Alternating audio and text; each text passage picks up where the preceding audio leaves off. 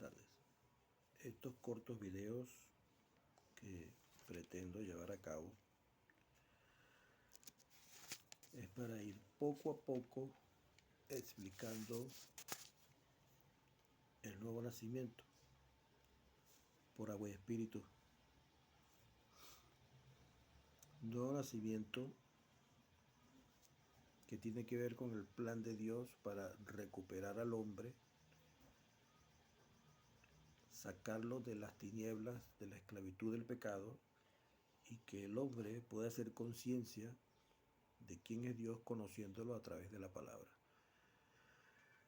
Conociendo su misericordia, conociendo su amor, conociendo su paz, conociendo las promesas que Dios tiene para el ser humano, para su creación y los planes que tiene para la eternidad con Él. Es un misterio, como la misma palabra dice, que el mismo Jesucristo dijo que muchos quisieron haber visto lo que estaban viendo cuando Él estaba en la tierra, desarrollando el plan redentor de Dios que vino a través del agua y el Espíritu. La Biblia siempre he dicho que se torna como un rompecabezas, con la cual ella misma desarrolla su explicación y ella misma da luz, dándonos la información, cuando dice que ninguna palabra de ella faltó para que en esa forma se arme lo que pobremente podríamos llamar un rompecabezas, pero en el sentido figurado, cómo toda la escritura juega un papel importante para que nosotros podamos entender el poderoso evangelio del agua y el espíritu, el nuevo nacimiento por agua y espíritu. ¿Cuál es realmente el objetivo de Dios? Salvar al hombre del pecado, transformarle su vida espiritual y que el hombre entienda que no debe seguir entretenido en este mundo, sino que es una transición hacia la eternidad con Dios. Es todo un plan orquestado por Dios desde el principio, porque quien puso el árbol de la ciencia del bien y el mal en el paraíso fue Dios, y puso el árbol de la vida, puso las dos alternativas. Pero dice la palabra que desde antes de la fundación del mundo el Cordero de Dios fue preparado para esta salvación tan grande. Lo dice en 1 de Pedro. Entonces, ¿qué debemos entender nosotros? Cada palabra en su lugar, sin emociones, descubriendo qué papel juega cada versículo para el tiempo. No podríamos desechar ninguna palabra de Dios porque dice la misma Escritura que la palabra de Dios nunca pasa. Dice en 2 de Pedro 1:19, dice, también tenemos la segura palabra profética, a la cual hacen bien en estar atentos como una lámpara que ilumina un lugar oscuro hasta que el día despunte y el sol resplandezca en los corazones.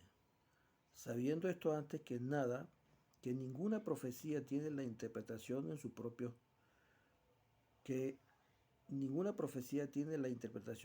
texto, porque la profecía jamás fue traída por voluntad humana, sino que los santos varones de Dios hablaron impulsados por el Espíritu Santo.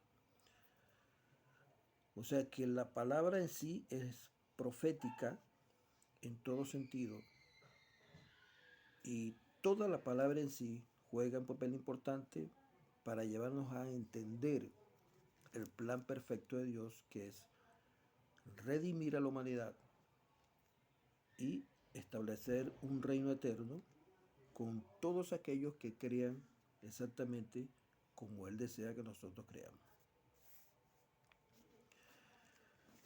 Por eso es importante entender que ninguna palabra de lo que escrito está puede ser desechado.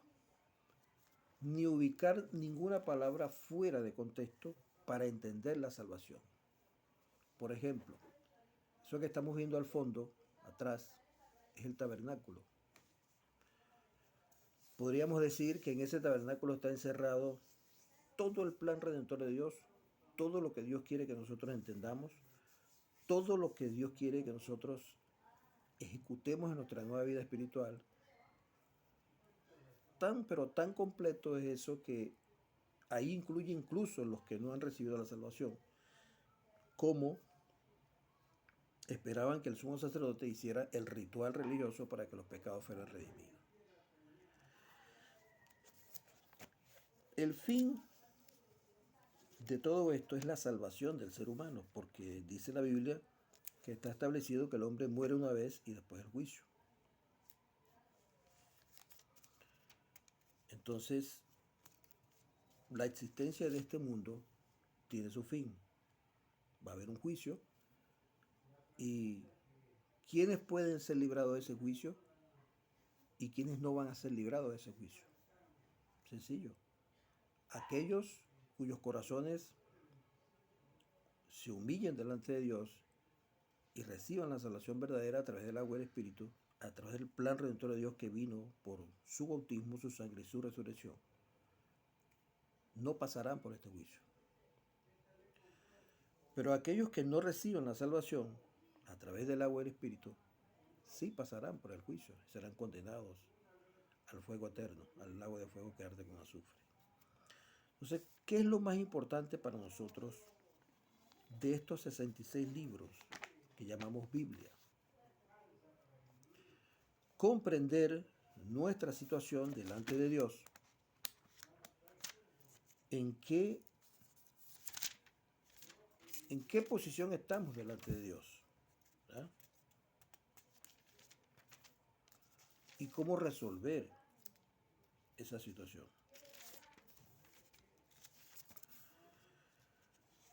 Por eso cualquier escritura que nosotros tomemos de la palabra de Dios debe llevarnos a resolver esa situación.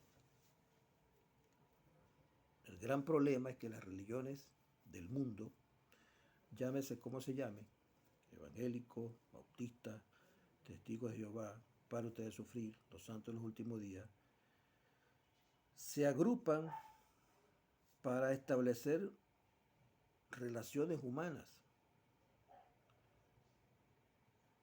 pero no para establecer relaciones verticales que pueden resolver el problema del pecado en el ser humano. Entonces se entretienen resolviendo las situaciones que se presentan en este mundo, más no la situación que está latente, que es el pecado en el corazón del hombre. Como todo se resume en conocerse delante de Dios y cómo resolver esa situación. Aquí en Romanos 3, 19, 20 y 21, dice, ahora bien sabemos que lo que la ley dice, lo dice a los que están bajo la ley, para que toda boca se calle y el mundo entero sea hallado culpable delante de Dios. Porque ninguna carne es justificada delante de él por las obras de la ley, porque el pecado fue dado a conocer por medio de la ley. Dice que para que toda boca se calle y el mundo entero sea hallado culpable delante de Dios. Ahora bien sabemos que lo que la ley dice, lo dice a los que están bajo la ley. ¿Quién no está bajo la ley? ¿Quién puede cumplir la ley de Dios? ¿Quién puede sostenerse en pie delante de Dios con alguna justicia que lo exonere de la ley de Dios? El ser humano está acostumbrado a burlar la ley de la tierra. Pero ¿quién burla la ley de Dios? Cuando la misma palabra dice que Dios no será burlado.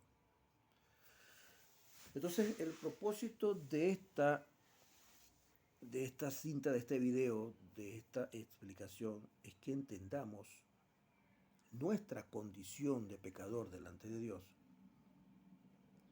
que vino a raíz del hombre de desobedecer una ley, no comer del fruto de aquel árbol. es suficiente para entender lo insuficiente que somos delante de Dios y que ahora la ley que Dios dio al pueblo de Israel nos hace totalmente culpables delante de Dios. Entonces, entender nuestra condición de culpable delante de Dios hace que nuestro corazón se vea en la necesidad de aceptar que necesitamos la salvación, la gracia de Dios, porque no conseguimos nada que nos justifique delante de Dios. Al contrario, cada día es peor, cada día pecamos más. Dice la palabra en Marcos 7:23 y en muchas partes de la palabra que del corazón del hombre nace el deseo de matar, robar, fornicar, mentir, adulterar, malos pensamientos, lujuria, homicidio. No hay nada bueno en el corazón del ser humano. El corazón del ser humano es una máquina de producir pecado. Fue contaminado por el pensamiento de Satanás. Satanás llevó al ser humano a entender cómo llevarle la contraria a Dios. Antes el ser humano, Adán y Eva, no sabían cómo llevarle la contraria a Dios. Total que tenemos una culpabilidad latente en el corazón que presentamos diariamente delante de Dios y que el gran problema es que el ser humano no reconoce la pecaminosidad de su corazón delante de Dios.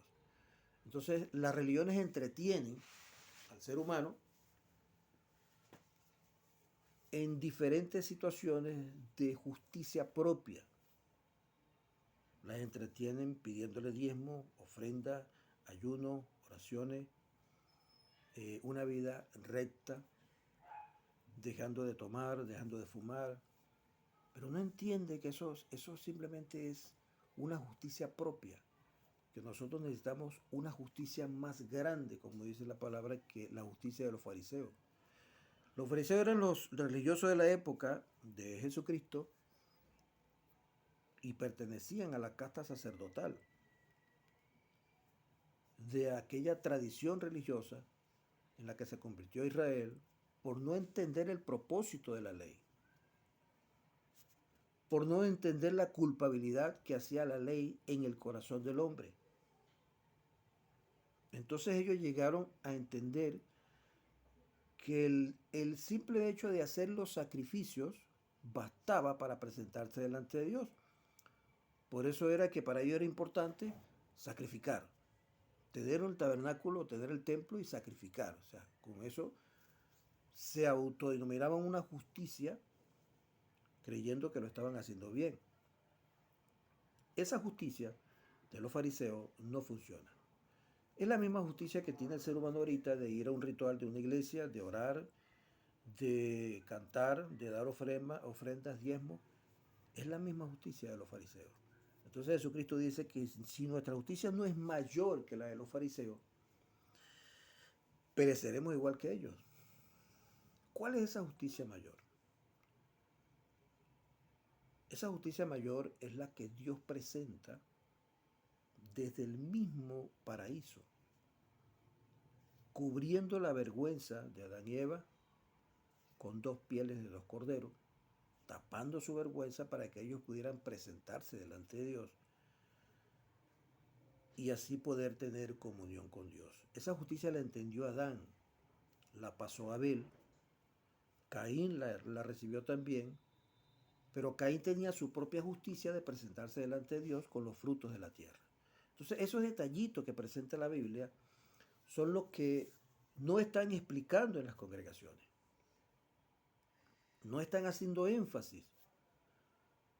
Y superficialmente reciben a la gente llevándolas a hacer una oración, pero no explicándoles el contenido espiritual de la palabra de Dios. Ese es el objetivo de este anuncio, de esta predicación o de este mensaje o de esta información. Es que el ser humano debe reconocer la pecaminosidad de su corazón, como lo hizo Abel. Abel entendió esa pecaminosidad en su corazón y entendió que la vergüenza de sus padres fue cubierta con 2 pieles de cordero. Y entonces sacó cuenta y dijo, bueno, realmente mi corazón delante de Dios, como él dice, el pecado siempre está a la puerta, y el sacrificio de este cordero calma la ira de Dios, porque el castigo lo recibe el cordero, no yo. Entonces Dios presenta ese plan de salvación desde el mismo paraíso. Se desarrolla posteriormente cuando Dios le da a Moisés que construya ese tabernáculo que está al fondo, en esa foto, y ahí se desarrolla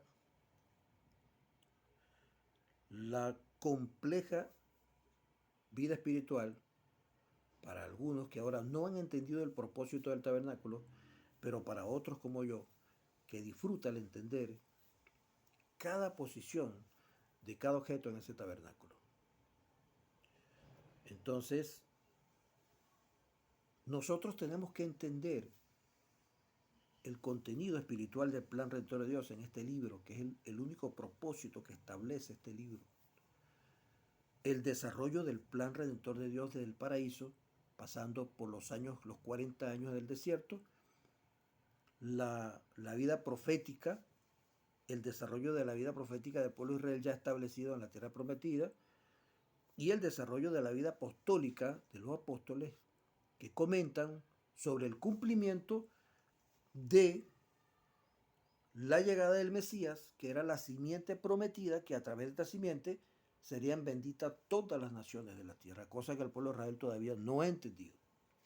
El pueblo de Israel físico, porque el espiritual somos nosotros, los nacidos de nuevo. Entonces la vida apostólica se desarrolla haciéndonos entender que se ha cumplido la llegada del Mesías, la llegada del Salvador, la llegada de aquel hombre del cual habló Moisés, que dijo que a él oiríamos y a él seguiríamos. De eso se trata, entender el contenido espiritual de la palabra, el desarrollo de nuestra salvación. Por eso dice que toda la palabra es útil para redarguir, enseñar, exhortar y edificar al hombre en la buena obra de la salvación. Total que tenemos una culpabilidad ya en nuestro corazón que no puede quitárnoslas nadie, porque no podemos cumplir la ley de Dios. Eso significa que necesitamos una justicia superior, no nuestras obras, porque dice la Biblia que nuestras obras son como trapos de inmundicia. Por eso la misma palabra dice en el 21, pero ahora, sin la ley, la justicia de Dios es revelada y dan testimonio de ella la ley y los profetas. Esto es lo que se torna como el rompecabezas, ¿no? Porque no han entendido los supuestos maestros de la palabra, los supuestos, entre comillas, profetas ahora, apóstoles y maestros. Dice que la misma ley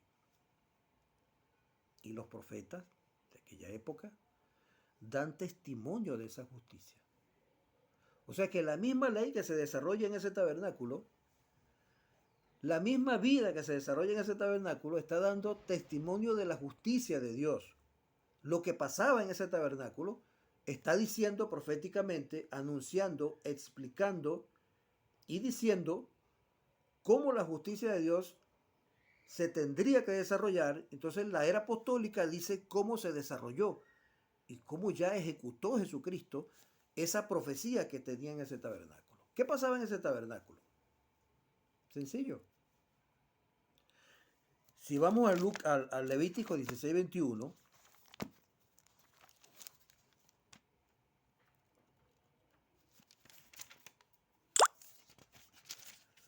Levítico 16:21, por decir una pieza de rompecabezas, una de las vitales piezas del rompecabezas, ¿verdad? Dice E impondrá Aarón sus dos manos sobre la cabeza del cabrito vivo y confesará sobre él toda transgresión, toda la transgresión de los hijos de Israel, toda su iniquidad y todos sus pecados, poniéndolo sobre la cabeza del cabrito. Luego lo enviará al desierto por mano de un hombre preparado para esto. El cabrito llevará sobre sí toda la iniquidad de ellos a una tierra desolada. El hombre dejará ir al cabrito al desierto. ¿Para qué se iba ese cabrito al desierto? Uno de los dos que usaba el pueblo de Israel anualmente. Había uno que se sacrificaba directamente a Jehová dentro de ese tabernáculo y uno fuera del tabernáculo. O sea, ¿qué propósito tenía un cabrito de ser llevado por un hombre al desierto? Pero si leemos bien el versículo, dice que Aarón, el sumo sacerdote, imponía sus manos sobre la cabeza del cabrito, pero aparte de imponer sus manos, dice que él tenía que confesar toda la iniquidad de los hijos de Israel, y dice poniéndolos sobre la cabeza del cabrito. Esa información que está en la palabra desarrolla proféticamente, explica proféticamente, anuncia, dice cómo el Cordero Perfecto recibiría nuestros pecados. O sea, es algo que pasa inadvertido, porque los supuestos maestros de la palabra no pueden entender, no pueden armar el rompecabezas, no pueden unir el antiguo con el nuevo, y tristemente se desplazan por esta escritura como, bueno, basta decir superficialmente. Solo toman estas escrituras para sacar mensajes de acuerdo a sus mentes, de acuerdo a su vientre. Pero es una escritura que está anunciando cómo nuestro Señor Jesucristo haría la expiación. Y esa posición donde Aarón tenía que poner sus manos sobre el cordero es la misma posición que un sumo sacerdote, después enviado proféticamente por Dios, viene y hace la misma figura cuando bautiza a Jesucristo. Ese hombre se llama Juan el Bautista. Entonces, estamos hablando ahorita muy a grandes rasgos de la palabra, después vamos a ir detallando poco a poco, ¿verdad? De la salvación, cómo se ha ejecutado. Entonces, este cordero no podía morir en el desierto, porque él moría de hambre y de sed en el desierto pagando el pecado, sin antes recibir el pecado. Igual que el cordero que era sacrificado para Jehová estrictamente, moría, pero antes el mismo Aarón tenía que imponer sus manos a hacer el mismo ritual para pasar el pecado. Entonces, cada pieza del rompecabezas es importante para poder armar el rompecabezas. Una pieza que usted pierda, usted no arma el rompecabezas. Por eso es importante entender la Biblia poco a poco, pausadamente, sin emociones, para que el Espíritu Santo vaya trabajando en nuestros corazones y en la medida que vamos aclarando, entendiendo, entonces la fe verdadera va llenando nuestros corazones. En esa forma, la verdad, como dijo Jesucristo, conocerás la verdad y la verdad os hará libre. Significa que anualmente el pueblo de Israel, a través de un sumo sacerdote, sus pecados pasaban a un cordero que era llevado al desierto para que muriera de hambre y de sed, y otro cordero que era sacrificado directamente a Jehová de los ejércitos. Entonces ellos confiaban, tenían esa fe en esa acción. Igual como nosotros tenemos la misma fe al saber que un representante de la humanidad, por eso Jesucristo dijo, Juan el Bautista es el profeta más grande nacido de mujer, o sea, es el representante de la humanidad ante el Cordero. Nosotros tenemos que ver a Jesucristo como el Cordero, el animal perfecto que Dios envió para que fuera el chivo expiatorio que recibiría nuestros pecados y moriría en esa cruz, pero no sin antes recibir el pecado de la humanidad a través de un representante como la ley lo decía. Por eso dicen en Romanos, ¿verdad? Que Romanos 3:19, vamos a leerlo de nuevo, dice